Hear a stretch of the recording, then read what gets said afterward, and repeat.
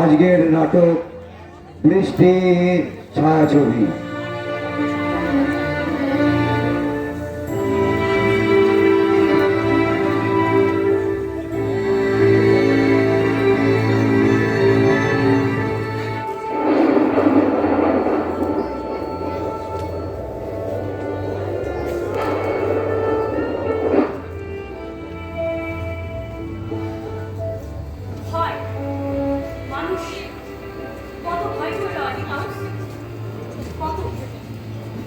আমাদের জীবন কত ক্লান্ত শিক্ষা, কত বিভিন্ন যেন হাতের আর আমাদের ভবিষ্যৎ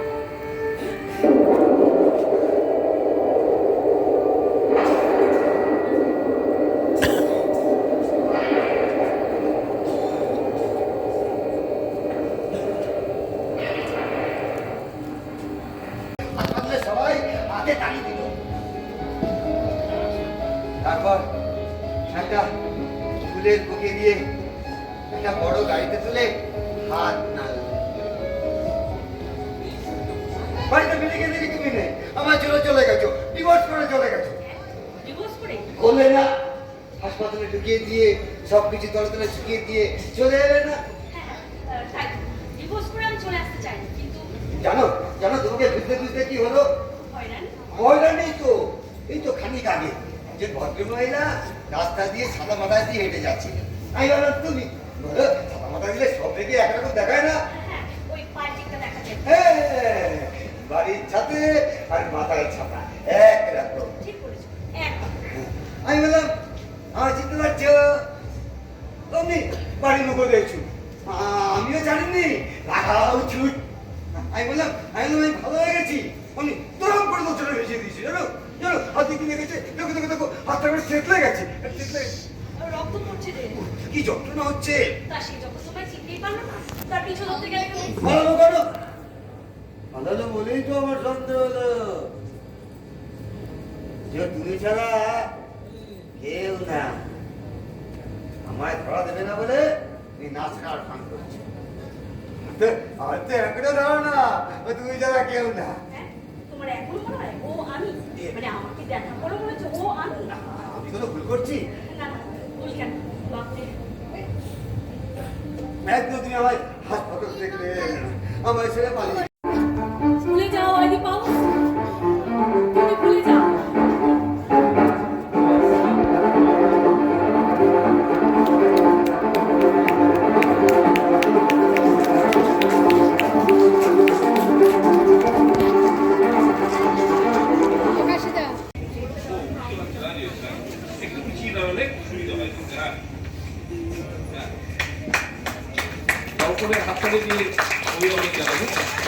এইবার উত্তরীয় প্রদানের মাধ্যমে সুন্দর তরফ থেকে সম্মান জানানো হচ্ছে। যাত্রা ক্লাসিকের সম্পাদক সুজিত সমাদার মাঝখানে দাঁড়িয়ে বলে মুখটা দেখাবে।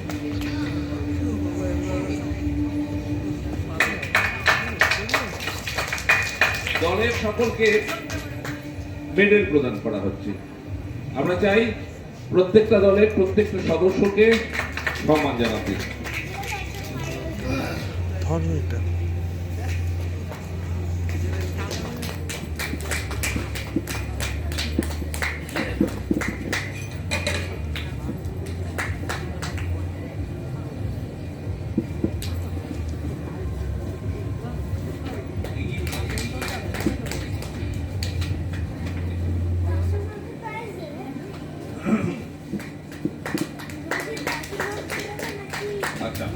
এইবার আমার দুজন মহিলা প্রথম টেলিফোনে কথা বলছিলেন, একজন নন্দিতা জেনেই আছেন, আর একজন মেয়ের নাম অন্তরা বিশ্বাসের হাতে ক্লাসিক চাকরার পক্ষ থেকে মেমেন্টো। নাটকের চরিত্রগুলো বা নাটকটা খুব মন দিয়ে দেখেছি, হ্যাঁ সুন্দরভাবে উত্তরটা দিতে পেরেছে, অনেক অনেক ধন্যবাদ।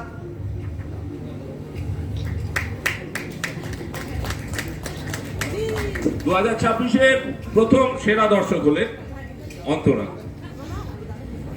আচ্ছা আমরা একটু পরিচয় পর্বটা করবো, তার আগে ডেকে নেব বাপি গোস্বামী। বাপি গোস্বামী এসো। বাপি গোস্বামী কোথায়? এখানে এসছে আমাদের বাপি গোস্বামী, মঞ্চে সেটে আছে বাপি গোস্বামী। ওই সেট আমাদের সেট করে আছে দেবাশিস দাস, আমাদের আবহ সঙ্গীতে আছেন, এবং আমাদের লাইটে আছে মনোজ প্রসাদ বাবুয়া, রাজু আজকে ভোরে বসেছে। আমাদের পরিচয় পর্বটা করছেন প্রথম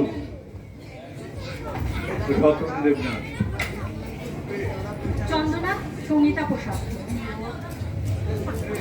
ঈশিতা শিল্পী দা, রাহুল রাজীব দে। ধন্যবাদ। আমি সুজিত সমাদ্দার। তখন আমি বারবার বলেছিলাম আমি তোমাকে ছেড়ে বাড়ি ছেড়ে অনেক কিছু চাকরি করতে যাবো না, বলেছিলাম তার যে এখন সমস্ত সামলা হয়ে গেল। আমি দোষ দিচ্ছি না, কিন্তু আমি যা করেছি সেটা তো তোমার ভালোর জন্যই করেছি। প্রত্যেক বাবা মা চায় তার ছেলে মেয়েরা পড়াশোনা করে উন্নতি করুক, সমাজের কাছে মাথা উঁচু করে চলুক। এক্স্যাক্টলি, আমি তো সেটাই বলছি। তাহলে এখন এইসব পুরনো কথাগুলো আবার কেন আসছে? আমাকে বোঝাও। প্লিজ চুপ কর, ভালো লাগছে না। দেখ ভালো লাগছে না যেমন, দেখ দরজাটা হাট করে খোলা আছে, বাড়ি চলে যাবি। এসব কি কথাবার্তা বলছিস তুই? হ্যাঁ, ওর সাথে এরকম করে কেন কথা বল? আসুন না। পরিবেশটা বেশ উত্তপ্ত মনে হচ্ছে। আর বলবেন না দাদা, আজকালকার ছেলেপুলেদের সাথে তো কথা বলা যায় না। 2 বছরে একটিবারও আসার সময় পাইনি, সেটা যেই বলেছি অমনি সব দোষ উনি আমার গাড়ি দিয়ে দিলেন। মিথ্যে কথাটা কেন বলছো? কি আনন্দ পাচ্ছ বল? আমি তো তোমার ঘরে মোটেও শব্দ দিইনি, যেটা ফ্যাক্ট সেটা বলছি আমি। কি অমৃত, আন্টি দেখো তোমার শরীর খারাপ, তুমি চলো ভিতরে, চলো রেস্ট নেবে, ওর সাথে কথা বলো না। আসলে কি জানিস তো কি আশা, আজও অনেকটা বড় হয়ে গেছে, তাই ওকে তো এখন আর কিছু বলা যায় না। তোর বয়স মাত্র যখন 6 বছর, তখন ওর বাবা আমাদের ছেড়ে চলে যান। তখন কিন্তু আমি কাউকে পাশে পাইনি রে। আমি আমি আমি কারোর কাছে গিয়ে একটু সাহায্য পাইনি। আমি আমি এই একা দিনের পর দিন ওর জন্য লড়াইটা করে গেছি। আচ্ছা, এর জন্য কি আমি দায়ী? আমি দায়ী এর জন্য? হ্যাঁ, আচ্ছা মা, তুমি ছোটবেলা থেকে আমাকে যেভাবে মানুষ করেছো আমি ঠিক সেইভাবে মানুষ হয়েছি। তুমি আমাকে যা যা শিখিয়েছো আমি ঠিক তাই তাই শিখেছি। ছোট্টবেলা মাত্র 2.5 বছর বয়স, তখন আমাকে হাত ধরে টানতে টানতে স্কুলে নিয়ে গেছো। ভোরবেলায় যখন ঘুমে চোখ বন্ধ হয়ে আসতো আমার, তখন বলেছি মা মা আমার ভালো লাগছে না, আমি স্কুলে যাবো না। কিন্তু না, আমাকে জোর করে ঘুম থেকে তুলে তুমি স্কুলে পাঠিয়েছো। কেন? না, আমি স্কুলে না গেলে পিছিয়ে পড়বো, সবাই আমার থেকে বেশি নম্বর পেয়ে যাবে, তখন আমি পিছিয়ে পড়বো। তখন তোমরা আমার জন্য বাইরের লোকের কাছে মুখ দেখাতে পারবে না। এই ইঁদুর দৌড়ে তোমরা লাগিয়েছো, তোমরা। প্লিজ, দেখছেন তো, আপনি দেখছেন তো দাদা, ও আজ আমার সাথে কিভাবে কথা বলছে। না, আপনি বলুন না, আমি ওকে ভুলটা কি শিখিয়েছি? প্রত্যেকটা বাবা মা যেভাবে ছেলে মেয়েদের আজকাল মানুষ করার চেষ্টা করে, আমিও ঠিক সেটাই করেছি। আপনি তো আমাদের সবটাই জানেন দাদা। ওর বাবা যখন মারা যায় তখন আমারই বা কত বয়স। আমার বন্ধু বান্ধব, আমার আত্মীয় স্বজন অনেকেই আমাকে বিয়ে করার কথা বলেছিল, আমি তো করিনি। যদি ওর কোনো অসুবিধা হয় সেই কথাটা ভেবে করিনি। এই আমি দিনের পর দিন ওর জন্য লড়াই করে গেছি, নিজের ভবিষ্যতের কথা ভাবিনি, শুধু শুধু ওর সুখের কথা ভেবেছি। দেখো আমি কিন্তু তোমার মায়ের পরিশ্রম ত্যাগ সবটাই দেখেছি, তাই তুমি মায়ের সাথে এইভাবে কোনো কথা বলতে পারো না। মামা, আমিও সবটা দেখেছি, হ্যাঁ, কিন্তু আমাকে একটা কথা বলুন তো, এই যে মা এক্ষুনি বললো মা বিয়ে করেন, তার জন্য কি আমি দায়ী? আমি দায়ী? বলুন আমাকে, বলুন। ছোটবেলা থেকে আমি কখনো একটা কথা অবাধ্য করিনি। যখন যা যা বলেছে সঙ্গে সঙ্গে সেটা পালন করেছি। আচ্ছা, আপনি জানেন বিকেলবেলা স্কুল থেকে ফিরে যখন আমার বন্ধুরা সব মাঠে খেলতে যেত, তখন আমি কি করতাম জানেন? বই নিয়ে পড়তে বসতাম। বই কতবার বলেছি মা আমাকে একটু খেলতে যেতে দাও, আমার ভালো লাগছে না, আমি পড়বো না। কিন্তু না না না, এক কথা না বললে পিছিয়ে পড়তে হবে। আর এখন এই সব কথা বলে কোনো লাভ আছে? দেখো, তখন তোমার মা যেটা করেছে সেটা কিন্তু তোমার ভবিষ্যতের কথা ভেবেই করেছে। আমার ভবিষ্যৎ? আমার না, নিজের কথা ভেবে করেছে। ইয়েস, নিজের। হ্যাঁ, যাতে তুমি বাইরের লোকের কাছে বলতে পারো, দেখো আমার ছেলে কত ভালো জায়গায় চাকরি করে, বিদেশে থাকে। তাহলে তুই কি হতে চেয়েছিস? মেসি নাকি রোনাল্ডো? আমার অন্যায়টা কোথায় অভি? চুপ করে থেকো না, উত্তর দাও, বলো। দেখো, এই ব্যাপার নিয়ে আমি তোমার সাথে আর এখনই কোনো কথা বলতে চাইছি না। তোমার তোমার শরীরটা খারাপ, তুমি ঘরে যাও রেস্ট। কি হবে রেস্ট নিয়ে? বলো কি হবে আমার রেস্ট নিয়ে? 7 দিনের ছুটি নিয়ে মাত্র এসেছো, তারপর চলে যাবে। আমাকে তো সেই একা থাকতে হবে। থাকবে একা? এখানে তো আমার কিছু করার নেই। মানে মায়ের প্রতি তোর কোনো দায়িত্ব কর্তব্য থাকবে না? তাই হয় নাকি? না না, তুই আমাকে একটা কথা বলতে দে। তোর বাবা মা তোকে কিভাবে মানুষ করেছে তুই ভেবে বল। হ্যাঁ, আজ সকালে আমার ছেলের বউ আমাদের ছেড়ে বাড়ি থেকে চলে গেছি। আমাদের সাথে কথা নাকি তাদের পক্ষে সম্ভব নয়। আমাদের সাথে থাকলে বৌমার দম বন্ধ হয়ে আসে, দম বন্ধ হয়ে আসে। আপনি বা বৌদি ওদের আটকানোর চেষ্টা করেছেন? বিশেষ করে অনেক করেছি, অনেক বোঝানোর চেষ্টা করেছি, কিন্তু বুঝতে চাইনি। আমরা নাকি ব্যাংকে নিয়ে তাই আমাদের সাথে আলাদা এখন আমরা কাদের জন্য বাঁচবো বলতে পারো, কাদের জন্য বাঁচবো? জানি না দাদা, কি বলবো। আমারও তো সব হঠাৎ করে কেমন যেন অন্ধকার পড়ে গেল দাদা। এই দিন দেখার জন্য কি ছেলেকে এত কষ্ট করে লেখাপড়া শিখিয়ে মানুষ করেছিলাম? কি পাপ করেছিলাম বলতো জীবনে, যার জন্য এই দিনটা আমাদের দেখতে হচ্ছে। হয়তো এটা আমাদের অভ্যাস। একটু যে কাঁদবো তাহলে তো উপায় নেই। বাড়িতে তোমার বৌদি ওর সামনে যদি ওকে পছন্দ পারবো না, এখন আমি কি করবো? আমার না মাথায় কাজ করছে না, জানো তো?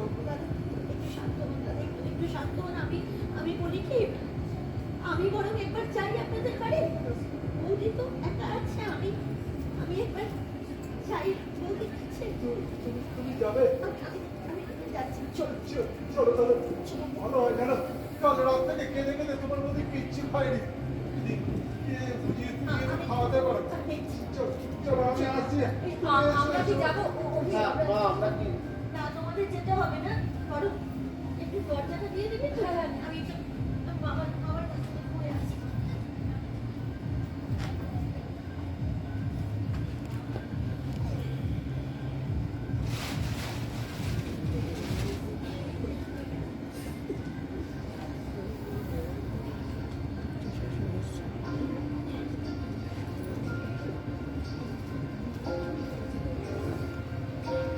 সবকিছু কি টাকা দিয়ে হয় গো দাদা?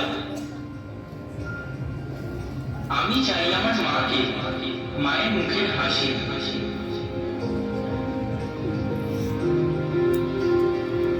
মাত্র 7 দিন থাকলে, তার মানে আবার আমি একা হয়ে যাব?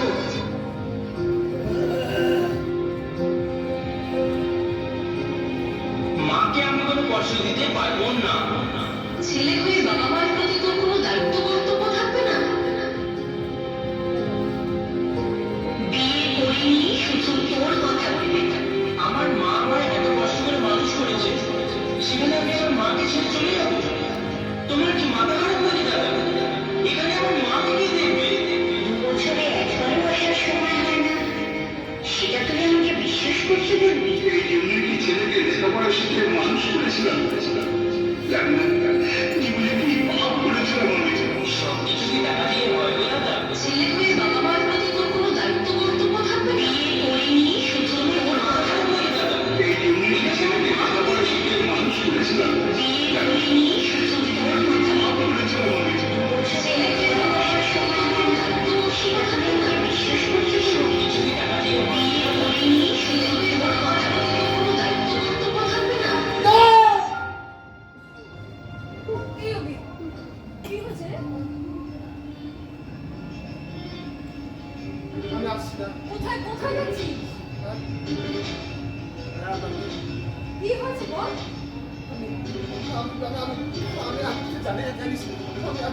কিছু বুঝতে পারছি না, আমার কেমন পাগল পাগল লাগছে। আচ্ছা তুই আগে শান্ত হ, কি হয়েছে আমাকে বল, মানে বুঝবো কি করে? আমি কিছু জানি না।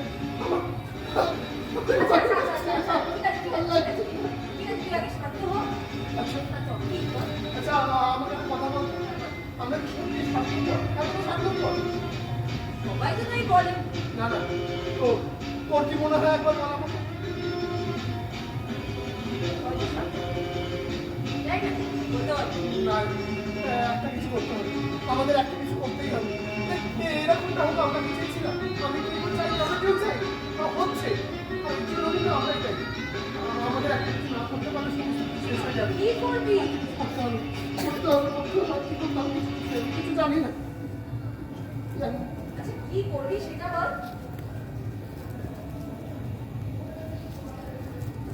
একটা আইডিয়া এসেছে। মেল করব। হ্যাঁ। না। ইয়েস। একটা মেল করব। অফিসে। কি বলবি মানে ছুটি এক্সটেন্ড করাবি নাকি অন্য কিছু? না। শোন, যেভাবেই হোক আমাদের এই আইডিয়াটা সফল করতেই হবে, যেভাবেই হোক। তো আইডিয়াটা কি সেটা তো বল। বলছি, শোন তাহলে।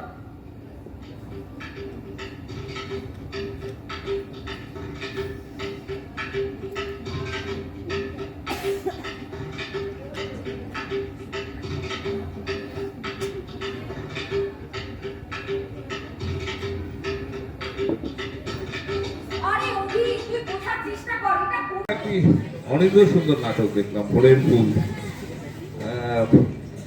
আমাদের জীবনে আমরা একটা আগে নাটক করতাম সিদ্ধান্ত, আমার মনে হলো যেন তার সিকোয়েন্সে ভোরের ফুল এলো। আমি দলের সদস্য অমিতা চক্রবর্তীকে মেমেন্টো তুলে দেওয়ার জন্য অনুরোধ করব করোনাদির হাতে।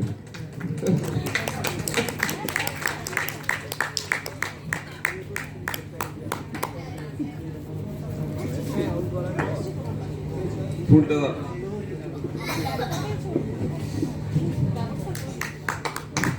একটু হাততালি দিয়ে এবার তন্দ্রানগর সৃজনের সকল সদস্যকে মেডেল প্রদান করছেন দলের আরেকজন রিজার্ভের আরেকজন সদস্য শান্তনু গাঙ্গুলি। হাতে দিয়ে দাও মেডেল। দাঁড়াও শেষ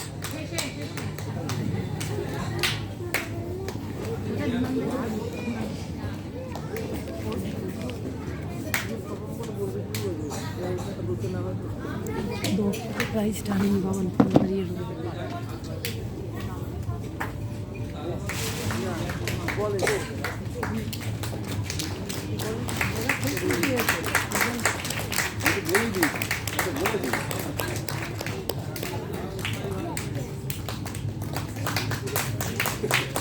আরেকবার রবীন্দ্র সুজার পক্ষ থেকে চন্দননগর সৃজনের সকলকে অসংখ্য ধন্যবাদ একটু সুন্দর নাটক দেখাবার জন্য। আমি দেবান্দাকে বলবো একবার সকলের পরিচয়টা করিয়ে দিই।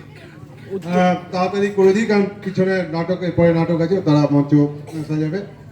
মঞ্চ পরিকল্পনা এবং এই নাটকের যে ছেলে চরিত্র অভিনয় করেছে দিগন্ত চ্যাটার্জি, শম্পা ভট্টাচার্য, তনিমা দে। এই নাটকের কিন্তু আবহ পরিকল্পনা তনিমা দে। জিতাংশু চ্যাটার্জি, এই নাটকের যে আবহ প্রক্ষেপণ জিতাংশু করে। জয়ন্ত দাস ব্যাকস্টেজে যা কাজ দেখছেন এবং মাঝে মধ্যে লাইটে হেল্পও করে, জয়ন্ত দাস। শুভেন্দু চ্যাটার্জি আর আমি ধীমান দাস, প্রথমকে তো আপনারা সবাই চেনেন আশা করি। পরবর্তী নাটক আছে, নাটক দেখবেন। আগামী দিন যে আরো যে দলগুলো আসবে, এখানে অনুষ্ঠান হবে, আপনারা সবাই আশেপাশে যারা আছে তার সবাইকে ধরে বেঁধে নিয়ে চলে আসবেন। হ্যাঁ, তাহলে আসুন, আবার দেখা হবে। শুভরাত্রি।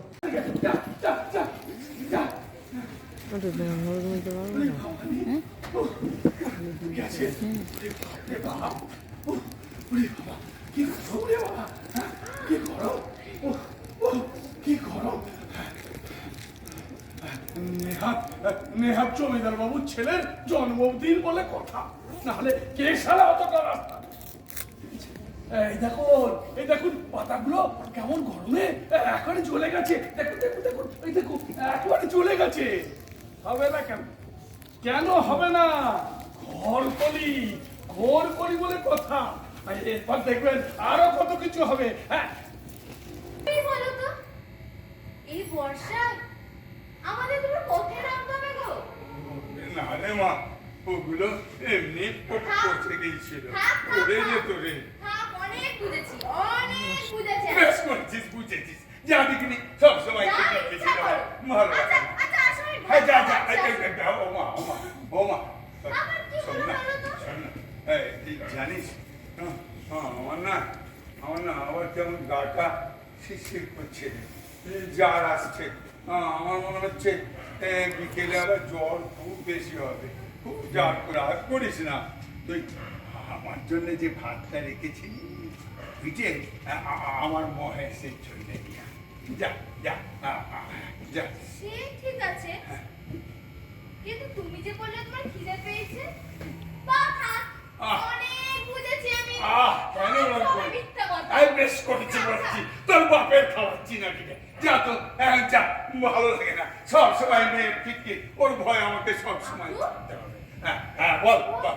হ্যাঁ, জানো তো আপু, আজ সকালবেলা ওই গুহাটি সাইকেলরা আবার এসেছিল। হ্যাঁ, ওই সালাদে আমার বাড়ির ত্রিসীমানা আনবি না, এই আমি বলে দিলাম। হ্যাঁ, আচ্ছা, হ্যাঁ। তুমি আমার রাগ করো কেন বলো তো আপু? আচ্ছা আপু, তোমার একটা কথা বলবো? বল। তুমি রাগ করবে না তো? না রে বাবা, বল। তুমি মহেশকে খুব ভালোবাসো না আপু? কালচারাল লিমিটেড নাট্যকার এবং নির্দেশক হাতে তুলে দিতে বলবো। মেমেন্টোর সাথে তুলে দিলে তরুণ রায়ের হাতে। উত্তরীয় প্রদানের মাধ্যমে সম্মান জ্ঞাপন করা হচ্ছে রসুলপুর প্রিজমের পক্ষ থেকে মাননীয় তরুণ রায় মহাশয়কে।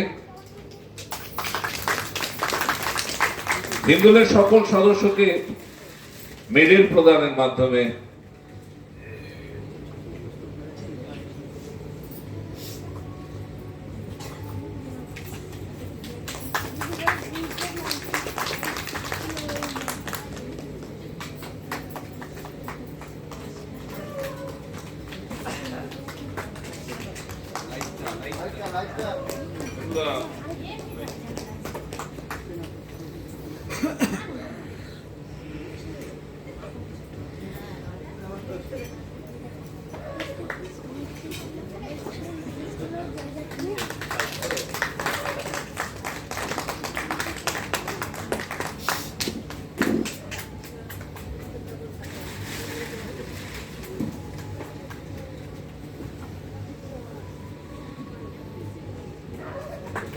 আমি তরুণদাকে একবার সকলের পরিচয়টা করে আমাদের যে বিশেষ অনুষ্ঠানটা আছে নাটকের উপর একটা প্রশ্ন করা, দর্শক উত্তর দেবে, সেই সেরা দর্শককে আমরা পুরস্কৃত করব। মঞ্চের একদম ডান দিকে আছেন, জমিদারের ভূমিকা অভিনয় করলেন সৌমিত্র দত্ত। তার ঠিক পাশেই আবহ পরিচালনা করেছেন মেঘনা মোদক মণ্ডল। তার পাশেই সুস্মিতা চ্যাটার্জি লক্ষ্মীর অভিনয় করলেন। তার পাশে আমিনার অভিনয় করলেন ঐন্দ্রিলা পাল। তার পাশে মুসলমান চাচা অভিনয় করলেন দেবাশিস সরকার। আমার ঠিক পাশেই অহনিকা গোস্বামী নৃত্য করলেন গহরজানের ভূমিকায়। আমার বাঁ পাশে ব্রাহ্মণের ভূমিকায় শতদল চন্দ্র। ঠিক তার পাশে আমাদের দেবাশিস চক্রবর্তী বংশীর ভূমিকায় অভিনয় করলেন এবং একেবারে বাঁ পাশে ফতেমার ভূমিকায় নীলামদন। আজকে একটি কথা বলবো, ঠান্ডায় কাউকে বিরক্ত করব না।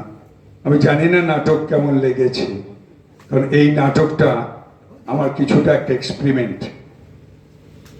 আমি অনেক রকম নাটক করেছি, আপনারা যারা জানেন, প্রায় 45 বছর সারা ভারতবর্ষে। কিন্তু আবার কেন এই নাটকে এলাম, এইখানে মনে হলো যে রবীন্দ্রনাথ, শরৎচন্দ্র, তারাশঙ্করের এই জায়গায় এর থেকে শোনার জিনিস আর কিছু হয় না। যত নাটক লিখছি, আধুনিক নাটক করছি, ভালো ভালো গল্প করছি, রবীন্দ্রনাথ, তারাশঙ্কর, শরৎচন্দ্রকে এড়িয়ে গিয়ে কিছু করা যায় না। অনেক শোনা আছে, শুধু মানুষের কাছে তাদের প্রকাশ, সেই গল্পগুলোকে তুলে এনে নতুন করে নতুনভাবে মানুষের কাছে নিয়ে যাওয়া। জানি না কতটা সফল হয়েছি, তবে চেষ্টা করেছি। প্রিজম নাট্য উৎসব কমিটিকে আমাদের তরফ থেকে অজস্র ধন্যবাদ। আর কি প্রশ্ন একটা ছিল? আচ্ছা, আমাদের যে এই নাটক দেখলেন, এই নাটকটা এখনকার সময়ের মতো কতটা আপনাদের মনে হয়েছে উপযোগী? ও, আজকে যা দেখলেন, আজকে আপনারা নাটকটা দেখলেন, যেটুকু দেখেছেন, আমার ডান পাশে যে সুস্মিতা চ্যাটার্জি, অর্থাৎ বংশীর সাথে যিনি বসেছিলেন, তার নাম কি হয়েছিল? ধন্যবাদ, খুব সুন্দর বলেছেন। ধন্যবাদ, অজস্র ধন্যবাদ আপনাদের।